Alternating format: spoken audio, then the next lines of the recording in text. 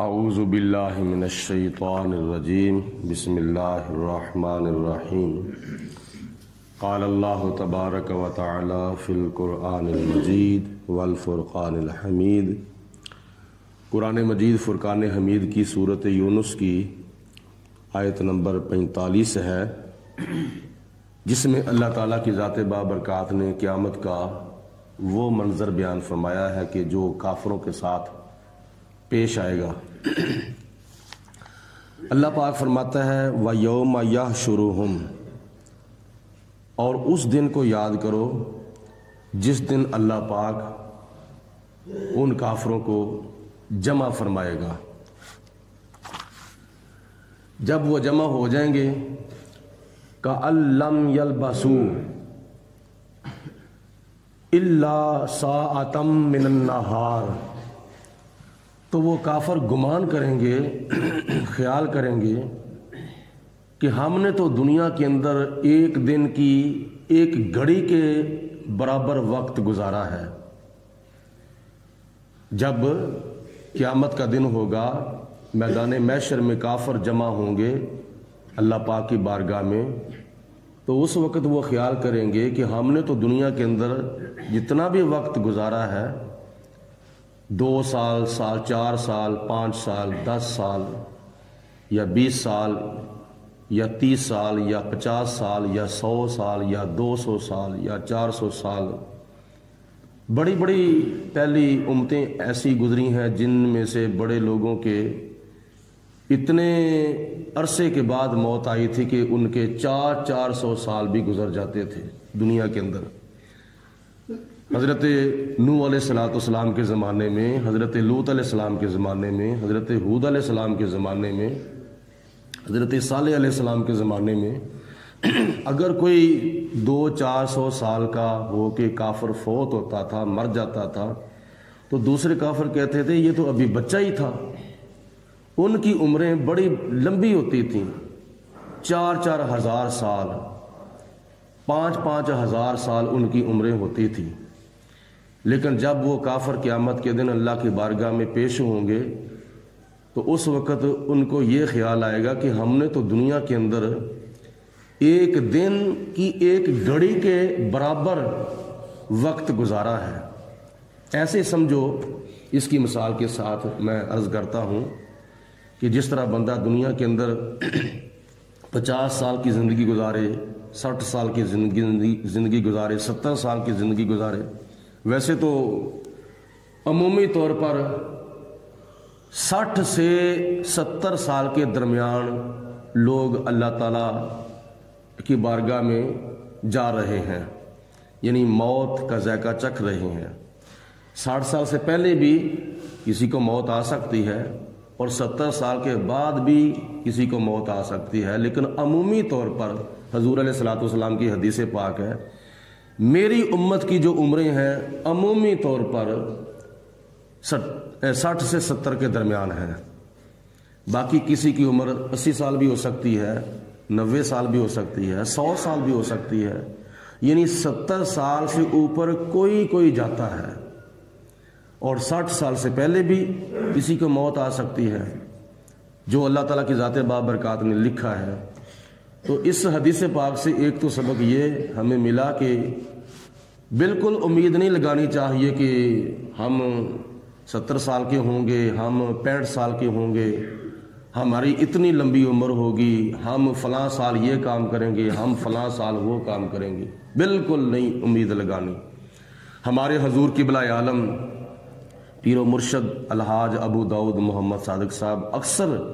یہ مقولہ ارشاد فرمایا کرتے تھے کہ آگاہ اپنی موت سے کوئی بشر نہیں، آگاہ اپنی موت سے کوئی بشر نہیں، سامان 100 برس کا پل کی خبر نہیں، اور تجھے تو آنکھ جھپکنے کی بھی امید نہیں رکھنی چاہیے۔ پل کہتے ہیں آنکھ کو، تجھے اتنی بھی امید نہیں رکھنی چاہیے کہ میں آنکھ بند کر کے کھولوں گا یا آنکھ کھول کے بند کر سکوں گا، نہیں، تیرے پاس تو اتنا بھی ٹائم نہیں ممکن ہے کہ تو آنکھ بھی جھپکے، لیکن تو امیدیں 100 سال کی لگا کے بیٹھا ہوا ہے۔ تو یہ عقل کے تقاضے کے خلاف ہے۔ تو جس طرح دنیا کے اندر بندہ اتنی لمبی زندگی گزارتا ہے نا، 60 سال کی یا 70 سال کی یا 80 سال کی، تو اس دنیا کی زندگی کے اندر جب راتیں آتی ہیں تو راتوں کے اندر کچھ راتیں ایسی بھی ہوتی ہیں کہ جب بندہ سوتا ہے تو اس کو خواب آتا ہے، تو خواب کے اندر وہ کیا کر رہا ہوتا ہے پتہ نہیں، وہ مکان چھت رہا ہوتا ہے، کوٹھیاں بنا رہا ہوتا ہے اور کاروبار کر رہا ہوتا ہے، لیکن اس کو نہیں پتا کہ میں اگر خواب دیکھ رہا ہوں تو میری آنکھ کب کھل جائے گی، کوئی پتہ نہیں ہوتا اس کو۔ خواب دیکھتے وقت اس کو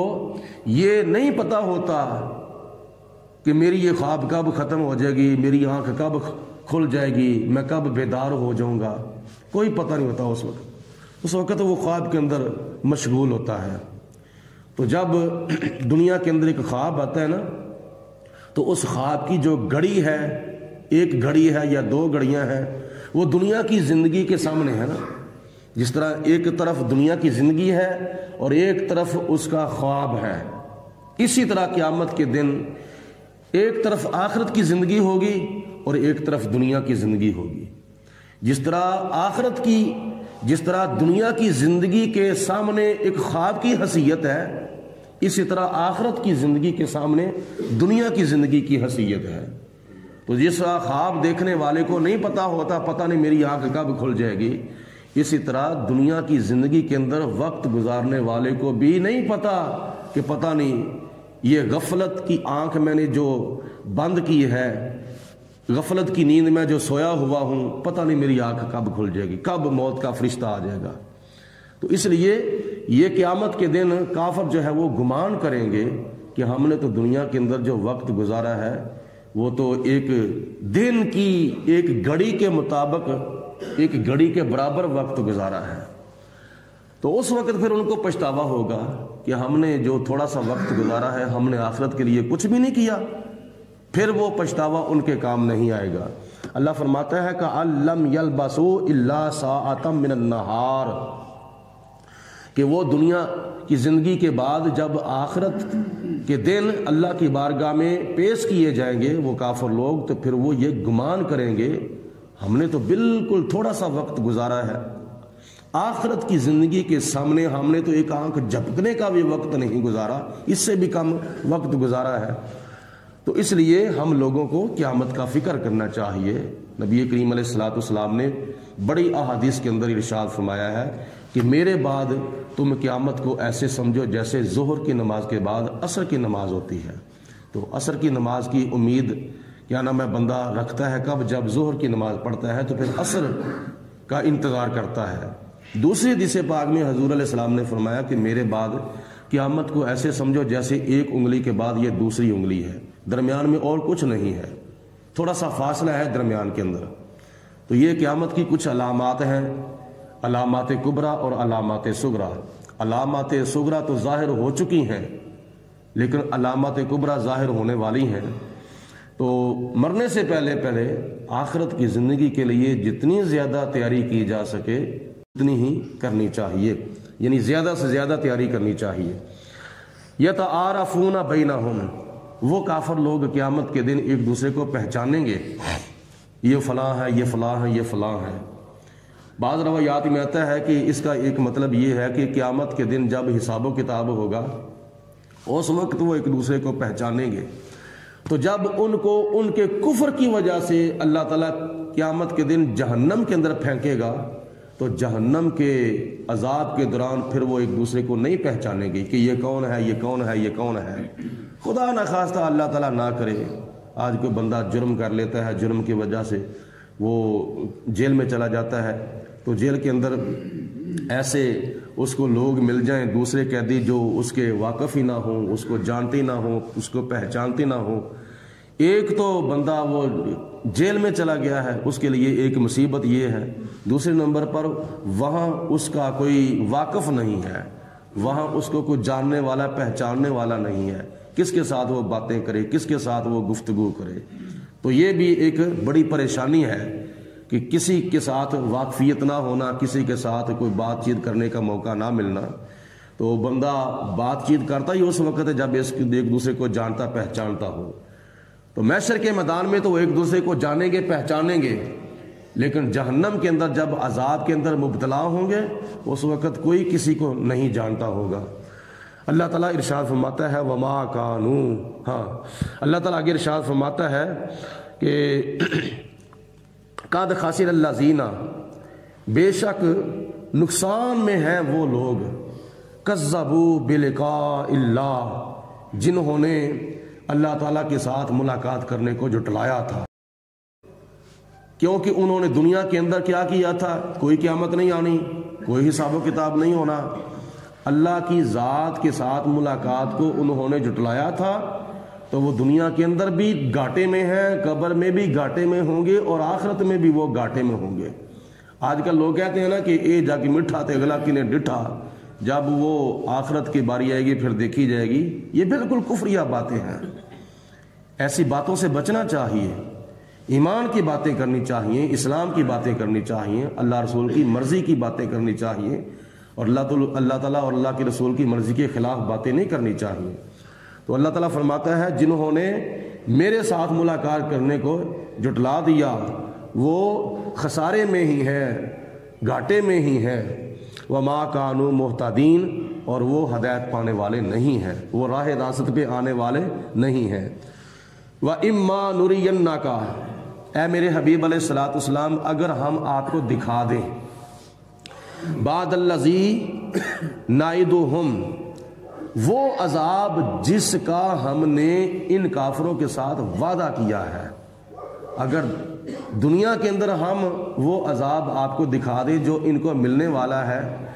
اگر دنیا کے اندر آپ کو نہ دکھایا، آپ کو ان کو عذاب دینے سے پہلے ہی ہم نے او نتوفینک، ہم نے پہلے ہی آپ کو اپنے پاس بلا لیا. اے میرے رسول ان کو عذاب دینے سے پہلے ہی ہم نے آپ کو اپنے پاس بلا لیا. فَإِلَيْنَا مَرْجِعُهُمْ، بہرحال ان کو پھر بھی ہماری بارگاہ میں حاضر ہونا پڑے گا قیامت کے دن. دو چیزیں اللہ تعالیٰ نے اس آیت مبارکہ میں بیان فرمائی ہیں کہ اے میرے حبیب علیہ الصلوۃ والسلام اگر ہم چاہیں تو ہم آپ کو وہ منظر دکھا دیں عذاب والا جس عذاب کا ہم نے ان کافروں کے ساتھ وعدہ کیا ہے، مکے کے کافروں کے ساتھ. جیسے جنگ بدر کے موقع پر ان کافروں کا قتل ہونا اور شکست کا کھا کے واپس لوٹنا اور ناکامی سے دو چار ہونا، ذلت و رسوائی کا بھوت ان کافروں کے سروں کے اوپر سوار ہونا، اور میدان احد کے اندر ان کا ناکام ہونا، دیگر جنگوں کے اندر ان کو شکست ملنا، یہ ان کے لیے عذاب تھا. تو اللہ فرماتا ہے کہ اے میرے حبیب علیہ السلام جس عذاب کا ہم نے ان کافروں کے ساتھ وعدہ کیا ہے، اگر ہم چاہیں تو دنیا کے اندر وہ عذاب آپ کو دکھا دیں. اگر ان کو عذاب دینے سے پہلے ہی ہم نے اپنے پاس آپ کو بلا لیا تو پھر فَإِلَيْنَا مَرْجِعُهُمْ، بہرحال انہوں نے پھر بھی قیامت کے دن ہماری بارگاہ میں حاضر ہونا ہی ہونا ہے. تو جب قیامت کے دن ہماری بارگاہ میں یہ کافر مشرک حاضر ہوں گے تو ان کے کفر کی وجہ سے، ان کے شرک کی وجہ سے، ان کی منافقت کی وجہ سے ہم جو عذاب ان کو قیامت کے دن جہنم کے اندر دیں گے تو وہ عذاب ہم آپ کو دکھائیں گے کہ دیکھو میرے محبوب علیہ الصلوۃ والسلام کیسا انہوں نے آپ کا دنیا کے اندر انکار کیا تھا، کیسی انہوں نے آپ کی مخالفت کی تھی. ان کے انکار کا بدلہ، ان کی مخالفت کا بدلہ آج ان کو جہنم کے اندر مل رہا ہے. میرے محبوب دیکھ لو. تو اللہ تعالیٰ قیامت کے دن کافروں کو جہنم کے اندر جو عذاب ان کو ملے گا نا وہ دکھائے گا. حالانکہ جہنم کہاں ہوگی؟ بہت دور، ہزاروں لاکھوں میل دور، کیا نام ہے، وہ جنت سے جہنم دور ہوگی. تو پھر اللہ تعالیٰ اپنے پیارے محبوب کو دکھائے گا. تو حضور علیہ الصلوۃ والسلام کی نگاہ مبارک، حضور کی نظر کا یہ کمال ہے کہ حضور علیہ الصلوۃ والسلام تو جنت کے اندر جلوہ فروز ہوں گے، اور جنت کے اندر جو اعلیٰ درجہ ہے نا جنت الجلال، یہ جنت کے درجات میں سے ایک درجہ ہے جنت الجلال، جو نبیوں کا درجہ ہے، جو اللہ کے رسولوں کا درجہ ہے. اس درجے کے اعلیٰ مقام کے اوپر جب حضور علیہ الصلوۃ والسلام فائز المرام ہوں گے، مقام محمود کے اوپر حضور علیہ السلام جلوہ فروز ہوں گے، اور حضور علیہ الصلوۃ والسلام نے اپنا تاج عزت والا شان والا ورفعنا لک ذکرک والا جب تاج پہنا ہوگا تو اللہ تعالیٰ اپنے محبوب علیہ الصلوۃ والسلام کو وہ منظر دکھا دے گا جہنم کے اندر جو کافروں کے ساتھ بیت رہا ہے۔ یہ حضور علیہ السلام کی نگاہ کا کمال ہے۔ تو اللہ پاک کی ذات بابرکات نے اپنے محبوب علیہ السلام کو جو قوت سماعت عطا فرمائی ہے وہ بھی ہماری قوت سماعت کے لحاظ سے لامحدود ہے، جو قوت بصارت عطا فرمائی ہے وہ بھی ہماری قوت بصارت کے لحاظ سے لامحدود ہے۔